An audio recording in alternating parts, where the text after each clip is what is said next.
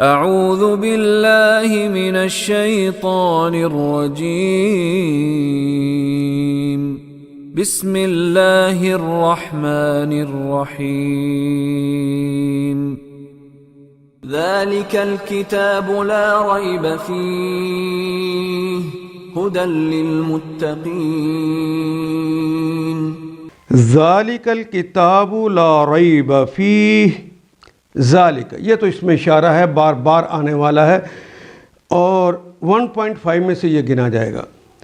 آپ دیکھیں گے کہ اتنی دفعہ یہ آئے گا کلمہ کہ آپ کو یاد کرنے کی ضرورت رہنی ہی نہیں ہے۔ ذالک بعید کے لیے اس میں اشارہ وہ الکتاب، یہ الف لام تو خاص کرنے کے لیے، باقی تو کتاب کا کلمہ اردو کا کلمہ ہے۔ الکتاب خاص کتاب، خاص کتاب سے مراد قرآن حکیم۔ ذالک الکتاب، یہ اس وقت جو میرے ہاتھوں میں ہے کتاب، یہ وہ کتاب ہے جو لوح محفوظ پر موجود ہے۔ لا ریب، لا نہیں، یہ بھی اردو میں استعمال ہونے والے کلمہ۔ ریب، ویسے تو اردو میں بھی ہم کہتے ہیں، میں یہ بات بلا شک کو ریب کہتا ہوں، میں شک سے بالاتر ہو کے یہ بات کہتا ہوں۔ اور اگر ڈکشنری سے بھی نکالنا پڑے تو بڑا آسان ہے، را یا با سے نکالیں گے تو اس کے نیچے آپ دیکھیں گے لکھا ہوگا رابا یریبو، دارابا جدریبو کے وزن پہ یہ کلمہ ہے، اور آگے اس کے معنی بھی لکھے ہوں گے۔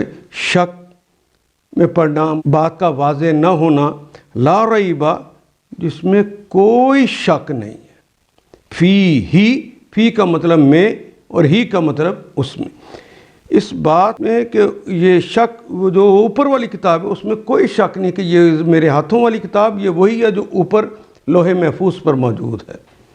ذالک الکتاب لا ریب فیہ، یہ اللہ کی کتاب ہے، اس میں کوئی شک نہیں ہے، جو لوح محفوظ پر موجود ہے، یہ جو اس وقت میرے ہاتھوں میں یہ وہی کتاب ہے جو اوپر موجود ہے، اس میں کوئی شک والی بات نہیں۔ لیکن آپ دیکھیں کہ یہاں پر جیم لگا کر اوپر 3 نکات ہیں فی ہی سے پہلے، اور پھر جیم لگا کر 3 نکات پھر لگائے ہوئے ہیں۔ یہ تین نکات جو لگے ہوتے ہیں، آپ حاشیے میں دیکھیں لکھا ہوا ہے معانقہ، جہاں یہ آ جائیں گے 3 نکات تو اس کا مطلب ایک حکم ہے، یہاں پر 2 جگہ پہ وہ گلے مل رہا ہے۔ ایک بات جو ایک سٹیٹمنٹ دی گئی ہے وہ 2 جگہ پہ صادق آ رہی ہے۔ ذالک الکتاب لا ریب، یہ سٹیٹمنٹ ہے، یہ وہ کتاب ہے جس کے اندر کوئی شک نہیں ہے، جو نمبر 1 فی ہی کہ یہ کتاب جو ہے یہ وہی ہے جو لوح محفوظ پر موجود ہے۔ دوسری بات ہدن، یہ سراسر ہدایت ہے۔ الف لام لگا ہوتا شروع میں تو کوئی خاص ہدایت ہوتی، یہ سراسر ہدایت ہے، زندگی کے ہر معاملے کی ہدایت ہے۔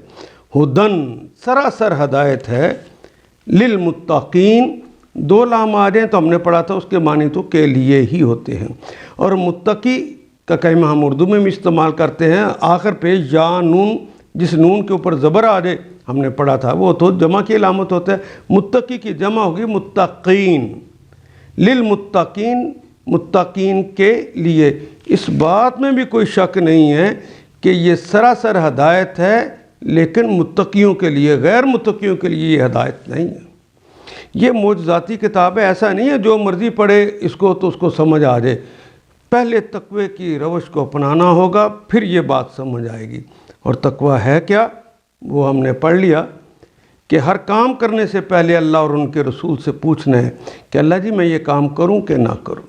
آپ کہیں کہ اس کام کرنے میں فائدہ بڑا ہے، آپ کہیں کہ اس کام کرنے میں مزہ بڑا ہے، آپ کہیں کہ اس کام کرنے کے لیے میرے خاندان کے رسم رواج کہتے ہیں ضرور کرو ورنہ نکو بن جاؤ گے، میری دنیا کا فیشن اور طور طریقہ کہتا ہے کہ یہ کام ضرور کر لو ورنہ فنڈامنٹلسٹ کہلاؤ گے، دقیانوسی کہلاؤ گے۔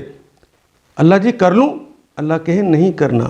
تو جو بندہ یہ فیصلہ کر لے کہ بھاڑ میں جائیں میرے مزے، بھاڑ میں جائیں میرے فائدے، اے اللہ جی نہ مجھے خاندان کے رسم رواج کی پرواہ، نہ دنیا کے فیشن اور طور طریقوں کی پرواہ، مجھے تو پرواہ صرف آپ کی اور آپ کے حبیب کی ہے۔ کہیں آپ ناراض نہ ہو جائیں، کہیں جنت میری مجھ سے چھن نہ جائے، کہیں پر آپ کی نظروں میں اور رسول اللہ کی نظروں میں نہ گر جاؤں، کہیں جہنم کا ایندھن نہ بن جاؤں۔ اس ڈر سے کوئی آدمی یہ فیصلہ کر لے تو بس زندگی گزارنے کی اس روش کا نام تقویٰ ہے. جو اس روش کو اپنا لے وہ متقی ہوتے. جو یہ روش کو اپنائیں گے یہ کتاب انہیں سمجھ آئے گی اور دوسروں کو سمجھ نہیں آئے گی. ان آیات کو ایک دفعہ پھر تلاوت خود کیجیے, عربی مبین پڑھتے ہوئے دیکھیے کیا بات پوری اندر اتر رہی ہے, کیا یہ اردو کے سانچے میں ڈھلتی گئی ہیں عبارتیں. اگر بات سمجھ آنی شروع ہو گئی تو الحمدللہ یہی ہمارا ہدف ہے اور یہ ہدف پورا ہو گیا. اللہ میرا اور آپ کا حامی و ناصر. الف لام